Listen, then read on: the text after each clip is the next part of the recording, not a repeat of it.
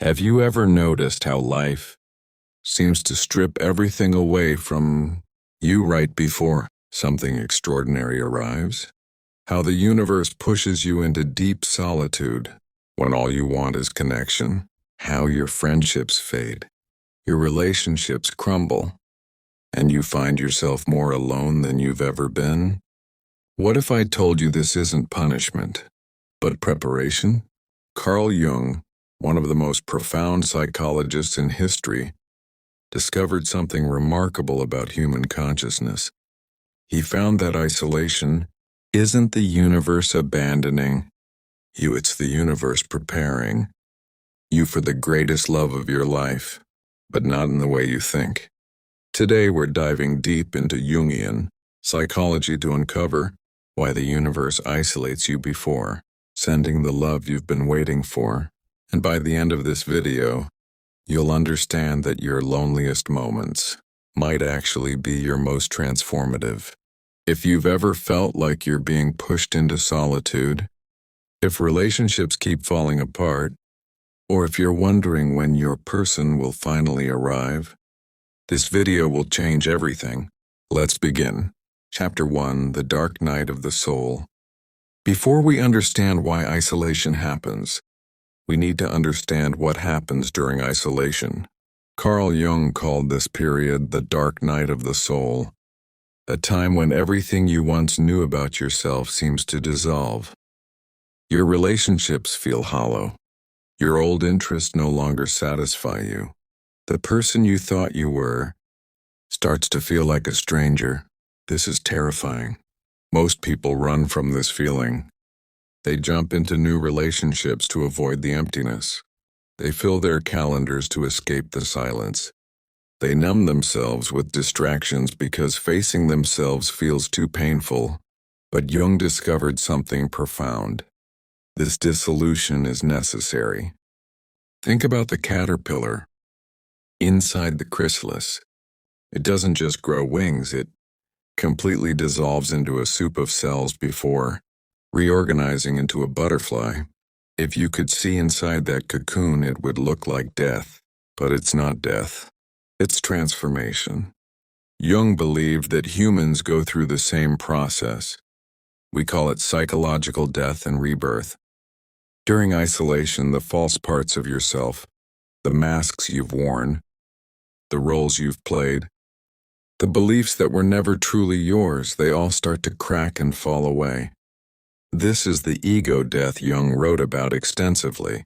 Your ego is the constructed identity you've built based on what your parents wanted you to be, what society told you success looks like, what your past relationships needed from you, what you thought you needed to be worthy of love. But here's the thing, none of that is actually you. And the universe knows this. So it creates circumstances, painful circumstances that force you to sit with yourself alone, without distraction, without someone else's needs to attend to, without a relationship to define you. This is when the real work begins. The privilege of a lifetime is to become who you truly are. But to become who you truly are, you first have to let go of who you thought you were. That's what isolation does. It strips away everything that isn't essential. Everything that isn't you. And yes, it hurts like hell, but it's also the greatest gift the universe can give you. Chapter 2: The Shadow Work Nobody Talks About. Now here's where it gets really interesting, and where most people don't want to go. Carl Jung's most revolutionary concept was the shadow. The shadow is everything you've repressed, denied, or hidden about yourself. It's the parts of you that you deemed unacceptable. Your anger, your jealousy, your selfishness, your neediness, your fear. All the stuff you shove down deep and pretend doesn't exist. Jung said, everyone carries a shadow, and the less it is embodied in the individual's conscious life, the blacker and denser it is. Here's the problem. You cannot have authentic love while your shadow is running the show. Think about it. Have you ever attracted the same type of toxic partner over and over? Sabotaged relationships just when they got good? Felt desperate for love but pushed people away when they got close? Projected your insecurities onto your partner? That's not bad luck. That's your shadow.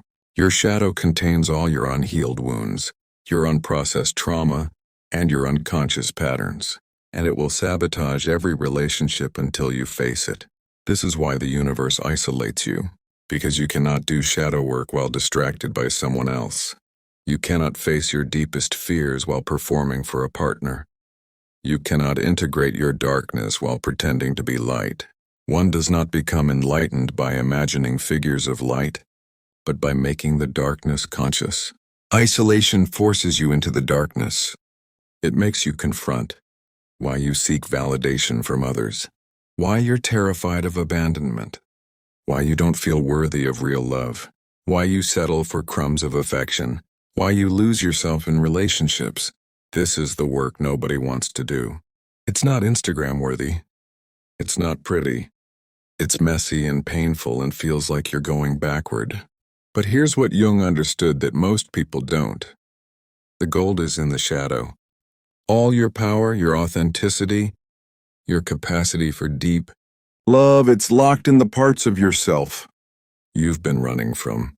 When you isolate, when you're forced to face yourself without distraction, you finally have the opportunity to do the inner alchemy Jung described.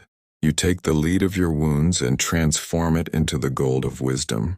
You integrate your shadow, and in doing so, you become whole. And here's the beautiful truth.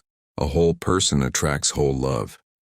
You cannot attract a healthy, mature, conscious partner while you're still fragmented, while you're still operating from your wounds. It requires you to know yourself so deeply that you can't be lost in someone else. It requires you to be so complete that your relationship becomes an overflow of your fullness, not a filling of your emptiness. The psychological rule says that when an inner situation is not made conscious, it happens outside as fate. Translation: until you become conscious of who you are and why you do what you do, the universe will keep sending you the same lessons in different packaging, the same type of partner, the same patterns, the same pain. But when you do the work of individuation, when you use your isolation to become whole, everything changes. You break the cycle. You rise above the patterns. And you become ready for the love you've been seeking your entire life. Chapter 4, The Anima and Animus, Your Inner Lover. Now we're going to explore one of Jung's most fascinating and misunderstood concepts, one that completely explains why you keep attracting the wrong people and what needs to happen before the right one arrives. Jung discovered that every person carries within them a contrasexual archetype. Men carry the anima, the feminine principle within. Women carry the animus, the masculine principle within. But here's what most people don't understand. The anima or animus is your internal image of the ideal lover, and unconsciously, you project this internal image onto potential partners. This is huge. Let me explain. Have you ever met someone and felt instant, overwhelming attraction? Like you've known them forever? Like they're the one? That's not love at first sight. That's projection. You're not seeing them. You're seeing your anima or animus reflected back at you. You're seeing your own unlived potential, your own disowned qualities, your own unconscious ideal. And that's intoxicating. Until it isn't. Jung warned that relationships built on these projections always fail. Why? Because you're not in relationship with a real person. You're in relationship with your projection. And when that person inevitably fails to live up to your unconscious ideal because they're human, not your fantasy, the relationship crumbles. You feel betrayed, disappointed, like they changed, but they didn't change.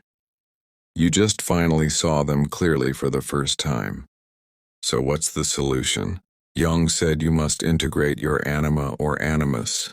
You must become conscious of this internal lover. You must develop these qualities within yourself. instead of seeking them in someone else. For men, this means integrating their feminine qualities, emotional depth and sensitivity, intuition and receptivity, nurturing and compassion, creativity and feeling. For women, this means integrating their masculine qualities, assertiveness and boundaries, logic and clarity, direction and purpose, strength and courage. This doesn't mean men become feminine or women become masculine. It means you become whole. You develop both sides of your psyche. You stop projecting your missing half onto others and start cultivating it within yourself. And here's the transformation. Before integration, you desperately seek someone who has the qualities you lack. You lose yourself in relationships. You choose partners who fit your unconscious fantasy. You're attracted to people who are bad for you. After integration, you're whole within yourself. You maintain your identity in relationships. You see people clearly, not through projection. You're attracted to people who complement your wholeness. This is why the universe isolates you. You need time and space to meet your inner lover, to develop a relationship with your anima or animus, to integrate these qualities so you stop desperately seeking them outside yourself. During isolation, you have the opportunity to meet your emotional depth if you've been avoiding it, develop your inner strength if you've been dependent, connect with your intuition if you've been only logical, build your boundaries if you've been too accommodating. You complete yourself. And when you do this, when you integrate your inner lover, something miraculous happens. You stop attracting projections and start attracting reality. You stop falling for potential and start recognizing actual compatibility. You stop choosing partners who need you or whom you need, and start choosing partners who genuinely fit with who you are. The most terrifying thing is to accept oneself completely. But when you do, when you meet and integrate your anima or animus, you become ready for conscious love, adult love, whole love, the kind of love that the universe has been preparing for you all along. Chapter 5, Synchronicity, when the universe responds. Now here's where everything comes together in the most beautiful way. Carl Jung didn't just understand psychology. He understood the mystical nature of reality itself. He coined the term synchronicity to describe meaningful coincidences that can't be explained by cause and effect. Synchronicity is when the inner world and outer world align, when your psychological state attracts corresponding external events, when the universe seems to respond directly to your internal transformation. And here's what Jung discovered.